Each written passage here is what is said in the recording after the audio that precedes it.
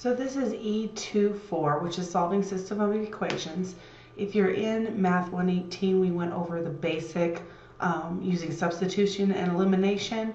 Now what we're going to do is just have word problems. So we use the word problems to set up a system, and then we'll solve that system. Okay, a couple of things that help. Number one, draw a picture. Sometimes that helps us visualize what's happening, helps us come up with an equation.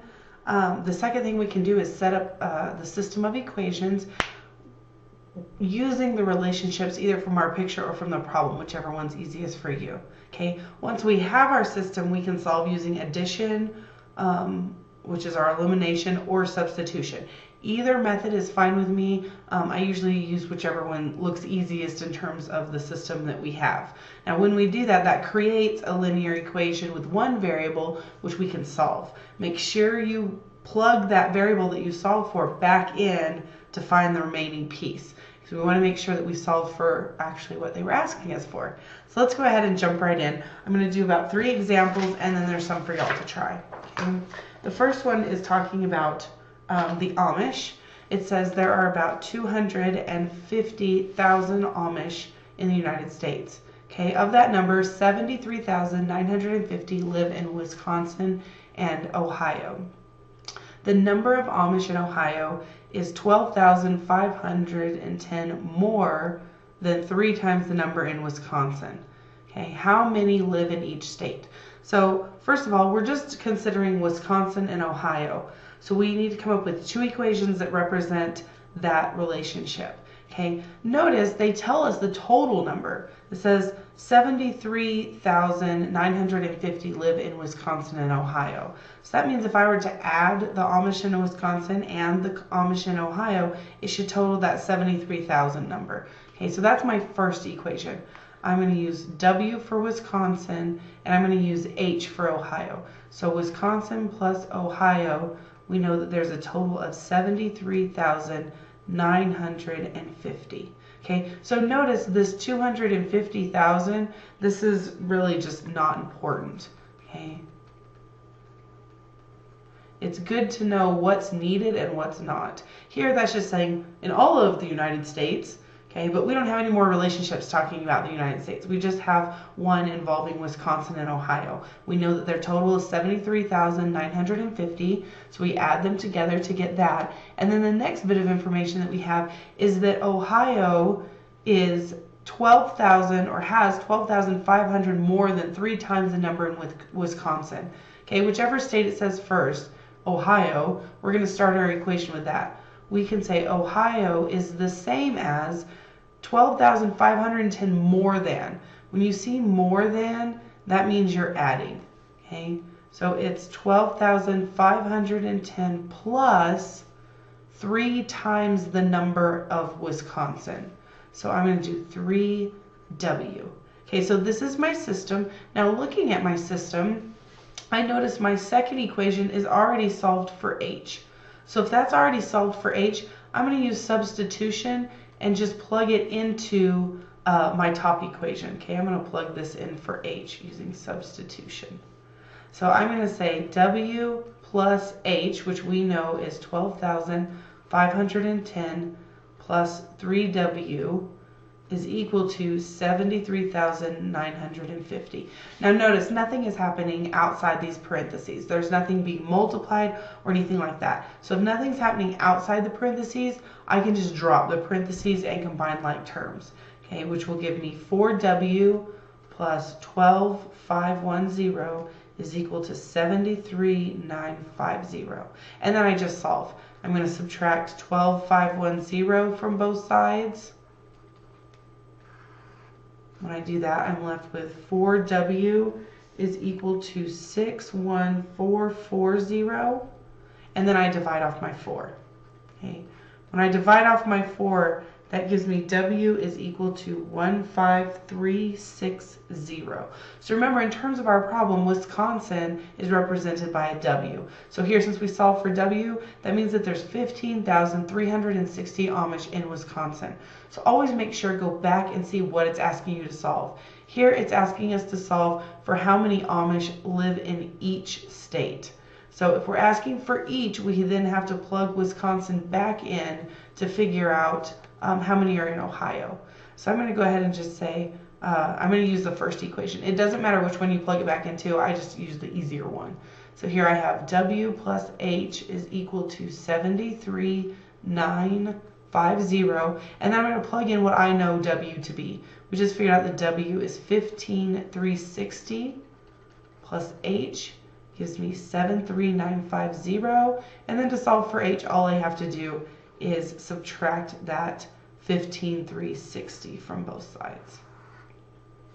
So that leaves me with H is equal to 58590. Okay, so what this tells me is that there are in Ohio 58,590 Amish people. Okay, I also know that in Wisconsin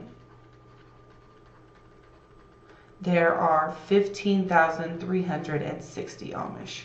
Okay, so I have both of my answers, so I just circle it. Okay, not too bad. Okay, let's look at another one. The next one, it represents a mixture. Okay, whenever we make a mixture, they're going to tell us about one thing we're mixing, they're going to tell us about the other thing we're mixing, and then they're going to say once we mix those together, they're going to tell us what we want our end result to be. So we're taking two solutions and making a new totally different solution. Okay, so for each solution, I need to know what's the strength or the price, depending on what your problem is, and how much of that solution I have. And I need to know that for the first one, for the second one, and for my total. Okay, so here it says the owner of Daily Grind Coffee Shop makes French roast coffee worth $9 per pound, with Kenyan coffee worth $7.50 per pound, in order to get a 10 pounds of a mixture worth $8.40 per pound. How much of each type of coffee was used? So the first thing I'm going to do is draw a little picture. Okay, we're mixing coffee, which I don't really know. I guess coffee comes in a bag. Just going to draw. Let's pretend that's a bag. Okay, so we're mixing 2 bags of coffee to get 1 big bag of coffee. Okay. All right. So what do I know about each little bag? The first little bag I know is French roast, so I'm going to label that with an F. And we know that it is $9 per pound. Okay, $9 per pound. And then it says we're mixing that with Kenya coffee, so I'm going to put a K. And this one is worth $7.50 per pound. Okay. And then we want to end up with 10 pounds of a mixture that costs $8.40. Okay. So for each little piece, I need to know the cost and how much I have. The cost and how much I have. Then I need to know the total cost and how much I have total. So notice here, I don't know how much I have of the $9 one. I don't know how much I have of the $7.50 one. So I'm just going to label those F and K for those quantities. So I have F pounds of the $9. I have K pounds of the $7.50. That means my total, those should add up to give me 10 pounds because that's how much I want to end up with. So that's my first equation. I know that F plus K equals 10. Because however many pounds of the F1 of the French roast and how many pounds of the Kenyan coffee, when I add those pounds together, they should give me 10. Okay. To get my second equation, I just multiply. I do the price times the pounds of each individual piece. So for the French, I have $9 times F gives me my amount for the French roast. I'm adding that to my Kenyan blend, which is $7.50. I'm going to use 7.5 times K, equals my total amount, which is 10 pounds, times its cost, which is $8.40. Okay, so I'm going to go ahead and simplify by multiplying this 10 and this 8.4 together, but I'm also going to solve using elimination, okay, or addition, whichever one you've learned it. I'm going to try to get rid of my F's. So to get rid of my F's, I'm going to multiply this top equation by -9. When I do that, that gives me -9F minus 9K equals -90. Okay? And then I'm just going to simplify the second equation. I had 9F plus 750K is equal to 10 times 8.4 gives me 84. Now I'm going to use my elimination, which says I just add these two together. Okay, that's the reason I multiplied by -9, is so that my F terms would be opposite. So when I add them together, they go away. When I add -9k and 7.5k, I'm left with -1.5k is equal to -90 and 84, leaving me with -6. And then all I have to do is divide off my 1.5. Sorry, my -1.5. When I divide off my -1.5, that leaves me with 4. So what this tells me is that I have 4 pounds of my Kenyan roast coffee. Okay, so I'm going to go ahead and put over here, I have 4 pounds of the Kenyan. Now I want to plug that back in to figure out the other piece, because here it wants to know how much of each type do we have. So I'm going to take this k equals 4 and plug it back into one of my original equations. Always pick the easier one. So I'm going to plug it back into f plus k equals 10. So that means f plus 4 equals 10. And then I just move the 4 over to solve, which means that I have 6 pounds of my French roast coffee. So I'm going to go ahead and put that over here. 6 pounds of French roast. Okay, so I have my 2 solutions. That's all it wanted to know. So I circle my answers. So hardest part is really just setting up the equations. Once we set up the 2 equations, you can use substitution or elimination, whichever method you're more comfortable with. Okay. I only use substitution if one of the equations is already solved for the variable. So let's go ahead. I'm going to look at one more, which is another solution. Okay, here it says a pharmacist has 2 solutions of alcohol. One is 25% and he has 27 ounces of this solution. The other is 45% alcohol. He wants to mix these 2 solutions in order to end up with a 30% alcohol solution. How many ounces of the 45 will he need? How many total ounces of the 30% solution will he need? So again, I'm going to draw a picture just to help me out. I'm mixing solution. So it's just, I don't know, I guess solution comes in a bottle, maybe. Okay, so here's my 2 solutions. I have one that's 25%. Now, anytime we have percentages, we always want to write that as decimals. So 25% as a decimal would be 0.25. And then I need to know how much of that solution I have. Here it says he has 27 ounces. OZ. Okay, and I'm mixing that to another solution that's 45%. So again, I'm going to write that as a decimal, which would be 0.45. And it doesn't tell me how much of that solution I have. So I'm just going to leave that blank. And then I'm combining them to get one big solution. And notice it tells me, the only thing I know about the mixed solution, my total, is that we want it to be 30%. Okay. Which we're going to write as 0.30. So the 2 things that I don't know is I don't know how much of the second solution I have, and I don't know my total. But I do know I have 27 ounces of the first one. So I'm just going to go ahead and label the other 2 with variables. Let's say we have X ounces of the 45%, and we have Y total ounces. Okay. So I'm going to go ahead and set up my equation. I'm mixing 27 ounces with X ounces to come up with Y total ounces. So that's my first equation. I do 27 plus X equals Y. And then again, remember, I multiply each little piece together to get my second equation.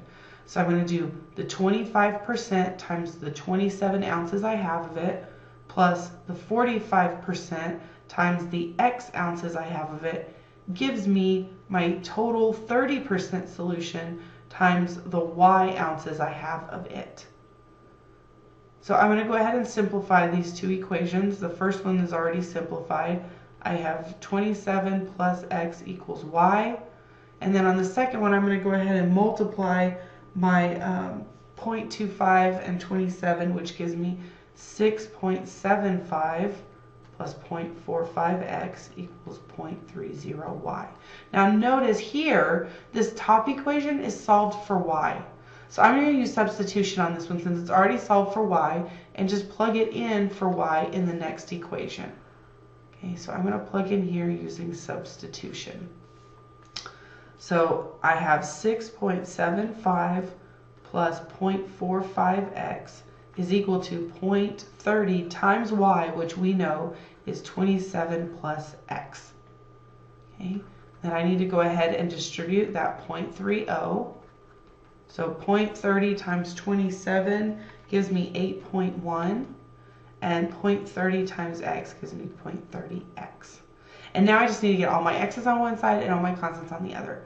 So I'm going to subtract 0.3x from both sides to get all my x's on the left, which gives me 6.75 plus 0.15x is equal to 8.1. Then I'm going to move my 6.75 to the other side by subtracting. So I end up with 0.15x is equal to 1.35. And then I just divide off my 0.15, which gives me x is equal to 9. Okay, so remember what x is representing in this problem is the number of ounces I have in my 45% solution. So I can go ahead and say now that I have 9 ounces of the 45% solution. Now I need to figure out how much I have of the other one because it says how many total ounces. So I need to plug that back in and find y. So I do 27 plus x equals y because that's my easiest equation. Plug in the value for x, which we just found. So 27 plus 9 equals y, which means that y has to be 36. So that means I'm going to end up with 36 total ounces of the 30% solution. Okay, always make sure you circle your answers or clearly highlight them. Just make sure they're clearly indicated. Sometimes there's a lot of work involved in working these out, and we want to make sure that we find your answer easily when we're grading. Okay, all right, so there's 3 for y'all to try. I'll give you a second to work on those, and then we'll go over them. All right, so on this first one, we're mixing milk. We have a 4% buttermilk and a 5% buttermilk, and we're trying to end up with a 4% buttermilk. So I drew a little picture here. We don't know how much we have of the 5%, so I'm calling that number of gallons X. For the 2% milk, we know we have 120 gallons of it, and then for our total, we don't know how many gallons, so I'm putting Y. So we know that our gallons of each of the small milks should add up to the number of gallons in the total. So that means X plus 120 equals Y. And then we multiply our solutions together. So we have 0.05 times X, 0.02 times 120. We add those together to get 0.04 times Y. Okay, so I went ahead and simplified. And after I simplified, I noticed one of my equations is already solved for Y. So I went ahead and do substitution on this one. I can just plug it straight in for Y here. Okay, so when I plug that in and simplify, I end up with X equals 240. Remember, X is representing the number of gallons of milk you have, of the 5% buttermilk you have.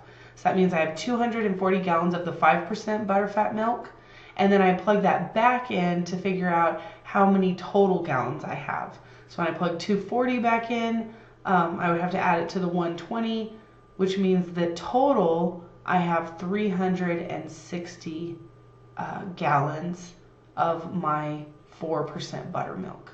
Okay, let's go ahead and look at another one. The second one, there's not really a picture I can draw to help me with this one, but I use the information from the problem to set up my equations.